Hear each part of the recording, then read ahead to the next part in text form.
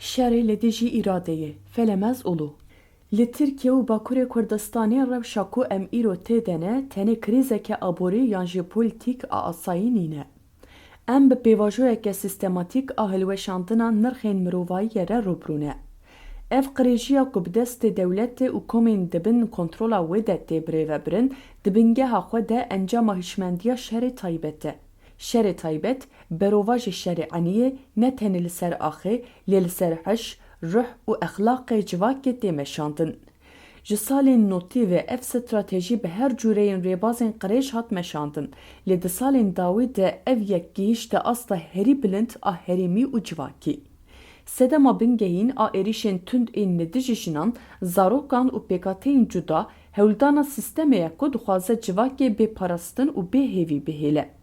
Di paradigmaya Rêber Abdullah Öcalan de jin wekî hucreya herî bingehîn a azadiyê tê dîtin. Lewma êrişên li ser jinê ne tesadüfî ne. Sîstema desthilatdar dizane civaka ku jin tê de kole be bihêsanî dikare were birêvebirin. Dema ku em li van êrîşandin hêrin, em dibînin ku sîstema qatilê kastîk dixwaze ruhê azadiyê di nav civakê de bikuje. Ev pergal mîna organîzmayekê ye ku ji xwîna civakê xwedî dibe, her diçe nirxên komûnal, dostanî û hevgirtinê hildiweşîne û li şûna wê kesayetên berjewendîperest bi tirs û bêdeng diafirîne. Li Tirkiyeyê û bi taybetî li Bakurê Kurdistanê bûyerên mîna wendakirina Gülistan Doku, mirina gumandar a Rojîn Kabayîş, êrişên li ser dibistanan û zêdebûna kuştina jinan ne wekî sûcên edlî yên ji rêzê tê nîşandan. Di encama polîtîkaya pergalê ye de ku bi hişmendî hatine avakirin. Ev bûyer hemû dibin sîwana şerê taybet de wekî amûreke bo çewisandin û bê îradekirina civakê tên bikaranîn. Zêdebûna kuştina jinan li Tirkiyeyê rasterast bi polîtîkayên desthilatdariyê yên li dijî peymana Stenbolê û qelskirina qanûnên parastina Jinêve girêdayî ye. Rêber Abdullah Öcalan destnîşan dike ku asta azadiya civakê bi asta azadiya Jinêve girêdayî ye. Lewma her jineke ku tê kuştin di rastiyê de derbeyel daxwaza azadiya civakê. Dewlet bi rêya van kuştinan serdestiya mêr li ser civakê ferz dike. Da ku modela malbata kolê ya ku bingeha netewe dewletê ye biparêze. Polîtîkayên dewletê yên derbarê maddeyên hişbir, mafya û çetebûnê de parçeyeke bingehîn êvî şerê taybet e. Li Herêmên Kurdistanê û taxên xizan ên metropolan, belavkirina tiryakê û teşwîqkirina ciwanan berbijiyaneke bêexlaq û sucdar ve bi zanebûn tê kirin. Dewlet li hemberî van kiryaran ne bêdeng e. Berovajiyê wê, ew bêdengî nîşana erêkirin û hevkariyê ye.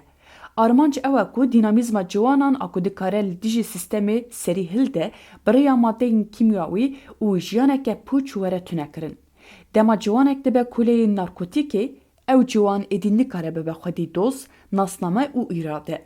Ev jî ji bo dewletê serkeftina herî mezin a şerê taybet e. Di warê sosyolojîk de tehrîbatên ku ev pergal li ser civakê ferz dike, kûr û dijwarin. Rêber Öcalan di nirxandinên xwe de dibêje ku modernîteya kapîtalîst civakê ji rastiya wê ya polîtîk û exlaqî dûr dixe. Îro li Tirkiyeyê qutbûna ji nirxan gihîştiye wê astê ku tecawîz, tundî û bêdadî wekî tiştekî asayî tê qebûl kirin. Civaka ku ji exlaqê tê qut kirin dibe girseyeke bêrih ku tenê ji bo berjewendiyên rojane dijî. Ev rewş tehrîbata herî mezin a qatilê kastîk e. Ji ber ku civaka bêexlaq û bêpolitîka civaka mirî ye. Nirxandinên Rêber Abdullah Öcalan nîşan didin ku ev krîza piralî tenê bi rêya paradigmaya civaka demokratîk, ekolojîk û azadiya jinê dikare were çareserkirin. Pêvajoya aştî û civaka demokratîk nîşaneya herî xurt a li hemberî van êrişên piralî yên li ser civakê ye. Li hêzên şerê taybet vê hêzê dibînin, lewma îro Rêber Öcalan ji ber van fikrên xwe yên ku civakê ji xwe qrîzê mezin mizgar dike têdarizandin û tercît kirin.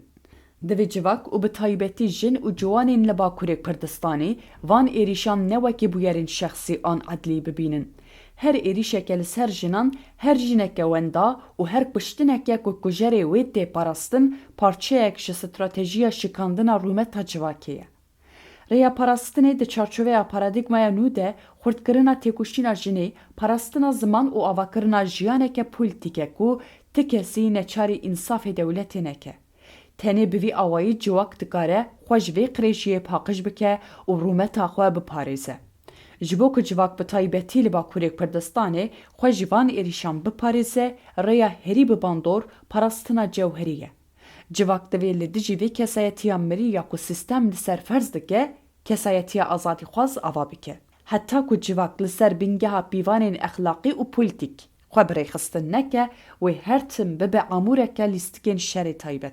Ji ber vê yekê, têkoşîna li dijî maddeyên hişbir, li dijî tundiya li jinê û li dijî nijadperestiyê divê wekî parastina rûmeta mirovayiyê were dîtin û di çarçoveya neteweya demokratîk de were meşandin.